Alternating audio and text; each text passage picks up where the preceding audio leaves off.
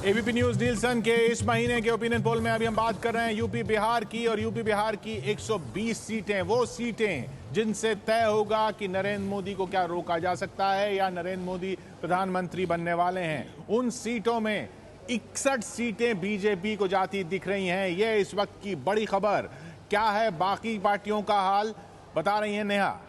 सबसे पहले अपने दर्शकों को ये बता दें किशोर कि आज यूपी और बिहार की तस्वीर हमने आपके सामने रखी है, और लोकसभा चुनाव से पहले पूरे देश भर का मूड क्या कह रहा है वो हम आपको कल बताएंगे। यूपी और बिहार का ओपिनियन पोल हमने आपके सामने आज रखा, और कल होगा देश का ओपिनियन पोल। अब सबसे पहले बात करते हैं बिहार की 40 सीटों की।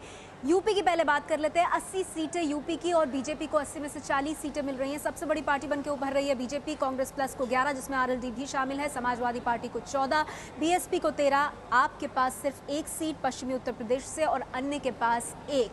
अब कंपैरिजन कर लेते हैं। फरवरी में 40 सीटें, यानी जो ताज़ा सर्वे उसमें बीजेपी को 40 सीटें मिल रही है। जनवरी में 35 सीटें थी तो फायदा हुआ है, और 2009 में सिर्फ 10 सीटें, तो भारी फायदा बीजेपी को। कांग्रेस को नुकसान 2009 के मुकाबले हो रहा है। समाजवादी पार्टी की बात करें तो समाजवादी पार्टी को भी नुकसान हो रहा है 2009 के मुकाबले। लेकिन जनवरी और फरवरी की जो टैली है एसपी की, वो 14 पर है। बीएसपी को जनवरी के सर्वे में 15 मिल रही थी, और फरवरी के हमारा जो ताज़ा सर्वे है इसमें मिल रही है 13 सीटें। आम आदमी पार्टी को भी नुकसान हो रहा है, एक सीट मिल रही है पश्चिमी उत्तर प्रदेश से आम आदमी पार्टी को। तो मोदी की लहर साफ दिख रही है उत्तर प्रदेश में, बीजेपी को फायदा। अब बात करते हैं बिहार की।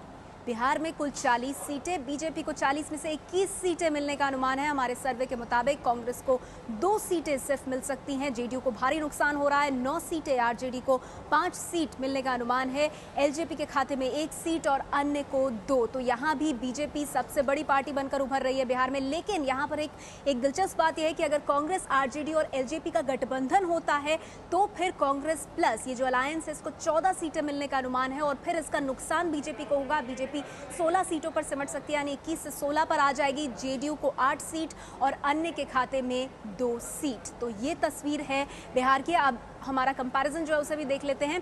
बीजेपी को 2009 में 12 सीटें मिली थी, फरवरी के सर्वे में 21 सीटें मिल रही हैं, लेकिन जनवरी के मुकाबले कम। कांग्रेस पार्टी की जो टैली है वो 2009 से अब तक के सर्वे में वही है, 2। जेडीयू की बात करें, 2009 में 20 सीटें थी, घटकर 9 हो गई हैं ताज़ा सर्वे में। आरजेडी को 5 सीटें मिल रही हैं 2009 के मुकाबले, 1 सीट का फायदा। एलजेपी के खाते में 1 सीट और अन्य के पास 2। तो ये कंपैरिजन बिहार में किसका होगा राज, अगर देखें तो बीजेपी सबसे बड़ी पार्टी बनकर आगे उभर रही है बिहार में। हालांकि कांग्रेस, एलजेपी और आरजेडी का जो गठबंधन है वो खेल खराब कर सकता है। बड़ी तस्वीर यूपी और बिहार की, 80 और 40 कुल 120 सीटें। बीजेपी को 61 सीटें मिलने का अनुमान है इन 2 बेहद अहम प्रदेशों में। कांग्रेस को महज 13 और आम आदमी पार्टी को 1 सीट। तो ये है कुल मिलाकर बड़ी तस्वीर। ओपिनियन पोल की बड़ी बातें आपको बता दें, यूपी और बिहार में मोदी की लहर साफ दिख रही है, जहां पर यूपी में 40 सीटें मिल रही हैं और बिहार में 21। यूपी बिहार में कांग्रेस बिल्कुल बेअसर सी नजर आ रही है। यूपी में कांग्रेस और आरएलडी 11 सीटों पर सिमट रही हैं। यूपी बिहार में आम आदमी पार्टी को सिर्फ 1 सीट मिल रही है। यूपी के पश्चिमी उत्तर प्रदेश में 1 सीट, और बिहार में आम आदमी पार्टी का खाता भी नहीं खुल रहा। किशोर जी हाँ, तो ये बड़ी तस्वीर। नरेंद्र मोदी को रोकना मुश्किल लग रहा है, और इन्हें 120 सीटों पर ही रोकना है, तभी रुक पाएगा उनका प्रधानमंत्री की तरफ बढ़ता हुआ रथ। ये ज़्यादातर विश्लेषकों का मानना। बहुत से विश्लेषक, हमारे खास मेहमान यहाँ हमारे साथ मौजूद, और हमारे साथ अब राजनीतिक दलों से भी मेहमान जुड़ चुके हैं। हमारे साथ राकेश यादव जी यहाँ न्यूज़ रूम में मौजूद हैं समाजवादी पार्टी की तरफ से। कांग्रेस ओपिनियन पोल पर अपने किसी प्रवक्ता को भेजती नहीं है, लेकिन हमारे साथ राकेश यादव जी यहाँ समाजवादी पार्टी की तरफ से, माफ़ कीजिएगा, और हमारे साथ कांग्रेस से शहजाद पूनावाला साहब हैं, कांग्रेस समर्थक, और हमारे साथ बीजेपी से सुधांशु त्रिवेदी जी, जेडीयू से साबिर अली साहब, और हमारे साथ आरजेडी से मनोज झा जी मौजूद हैं। आप सभी का स्वागत है। लेकिन सबसे पहला सवाल मेरा आपसे मनोज जी, नरेंद्र मोदी की लहर को रोकना है तो कांग्रेस से गठबंधन करना पड़ेगा, यही एक तरीका दिख रहा है, हो क्यों नहीं पा रहा है?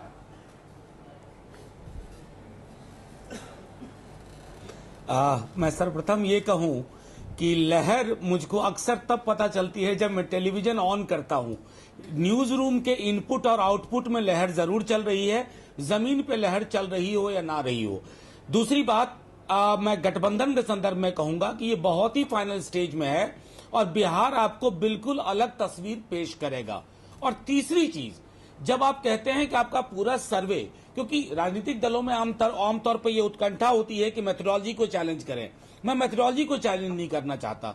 मेरा सिर्फ ये मानना है कि ये पूरा का पूरा जो व्यक्ति केंद्रित आप सर्वे कर रहे हैं, उसमें लोकसभा चुनाव की जो एक डाइवर्सिटी होती है वो छूट जाती है। जो लोग भी बिहार और उत्तर प्रदेश को जानते हैं वो जानते हैं कि व्यक्ति बहुत महत्वपूर्ण है। व्यक्ति केंद्रित सारे विश्लेषण हो रहे हैं, व्यक्ति केंद्रित ही आपके प्रहार हो रहे हैं, आपकी पार्टी के प्रहार भी उसी तरह से हो रहे हैं।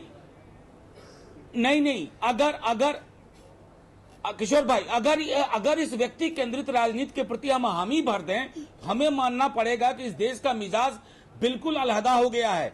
दक्षिण पंथी, अहंगवादी, व्यक्तिवादी राजनीति के लिए तैयार है, जो मैं मानने को तैयार ना हूं और करोड़ों लोग इस मुल्क के मानने को तैयार नहीं है। हिंदुस्तान का नक्शा बहुत बड़ा है, सामाजिक नक्शा उससे भी बड़ा है।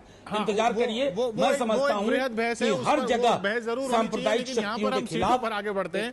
जो यहाँ नतीजे दिख रहे हैं इस ओपिनियन पोल के, और जो ट्रेंड दिख रहा है पिछले ओपिनियन पोल से हर महीने। राकेश यादव जी हमारे साथ समाजवादी पार्टी से हैं। ये तो ये बिहार की बात हुई, यूपी में भी वही दिख रहा है। आप जिस तरह से मजबूत दिखे थे असेंबली चुनाव में, वो मजबूती लौट नहीं रही है। देखिए 100% हम मजबूत हैं और ज़मीन पर रह करके हम काम कर रहे हैं। हम हवा में काम नहीं कर रहे हैं। जैसे मेरे भाई मोदी की लहर है जी, मोदी की लहर नहीं है। नहीं, मोदी क्या लहर है? मोदी की लहर तो आप दिखा रहे हैं, कोई लहर नहीं है। अभी एक विधानसभा चुनाव हुए तब भी लोग यही कह रहे थे, आप दिखा रहे हैं। देखिए जब सर्वे हुआ था विधानसभा का 2012 में, जब विधानसभा में चुनाव हुए थे, मैं 1 मिनट में बता रहा हूँ, तो उसका जो सर्वे हुआ था उसमें बताया गया कि समाज पार्टी दौड़ से बाहर है, और जबकि नतीजा आया 226 सीट समाज पार्टी लेकर के आई, तो तब भी उसका लहर नहीं दिखाई गई कि समाज पार्टी की लहर है। तो वही लहर आज भी समाज पार्टी की है। समाज पार्टी जमीन पर रहकर काम कर रही है, और ऐसे नेता जो आते हैं वो लहर को ऊपर ही ऊपर ले जाकर ऊपर निकल जाता है। साबिर अली साहब, थोड़ा सा आपकी तरफ फिर कुछ बढ़त दिख रही है पिछले महीने के मुकाबले। तो अगर लहर थी तो थोड़ी सी कमजोर हुई है, ये कही जाए बिहार में?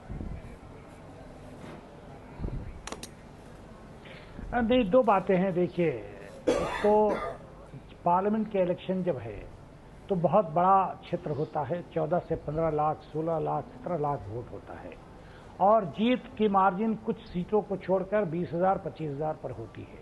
और इतने बड़े क्षेत्र में एनालाइज करना थोड़ा मुमकिन नहीं है। विधानसभा को आसानी से की जा सकती है, लेकिन पार्लियामेंट को आसानी से नहीं किया जा सकता, ये मेरा मानना है। लेकिन जिस तरह कांग्रेस ने सरकार दी और यूपीए 2 की जो सरकार रही, और जिस तरह इनका कमजोर सरकार रहा, उसका कहीं ना कहीं किसी दल को फायदा होता हुआ दिखाई पड़ता है, और उसमें भाजपा आगे है, इसको इनकार नहीं किया जा सकता है। लेकिन जिस तरह की चर्चाएं हो रही है और जिस तरह की बात सामने आ रही है, उसमें उतनी सत्यता नहीं है। चलिए, आप ये तो मान रहे हैं कि भारतीय जनता पार्टी आगे है। अच्छा, आप ये मानते हैं कि गठबंधन इस भाजपा की जो भी लहर है या जो बढ़त है, इसको नुकसान पहुंचा सकता है? आपका अगर कांग्रेस हो जाता तो काफी फायदा होता आपको भी, कांग्रेस को भी?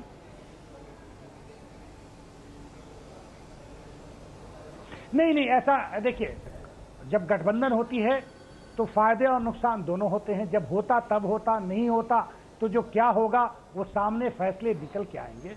लेकिन जनता दल यूनाइटेड अच्छा काम बिहार में किया है, और मैं समझता हूं आप आम आदमी पार्टी के साथ गठबंधन करने की सोच रहे हैं, ऐसी कुछ अटकलें? सबसे बड़ा नहीं, मुझे नहीं लगता है। अटकलें बहुत सी, जब देखिए इलेक्शन जब करीब में आती है तो बहुत से पार्टियों की चर्चाएं होती है।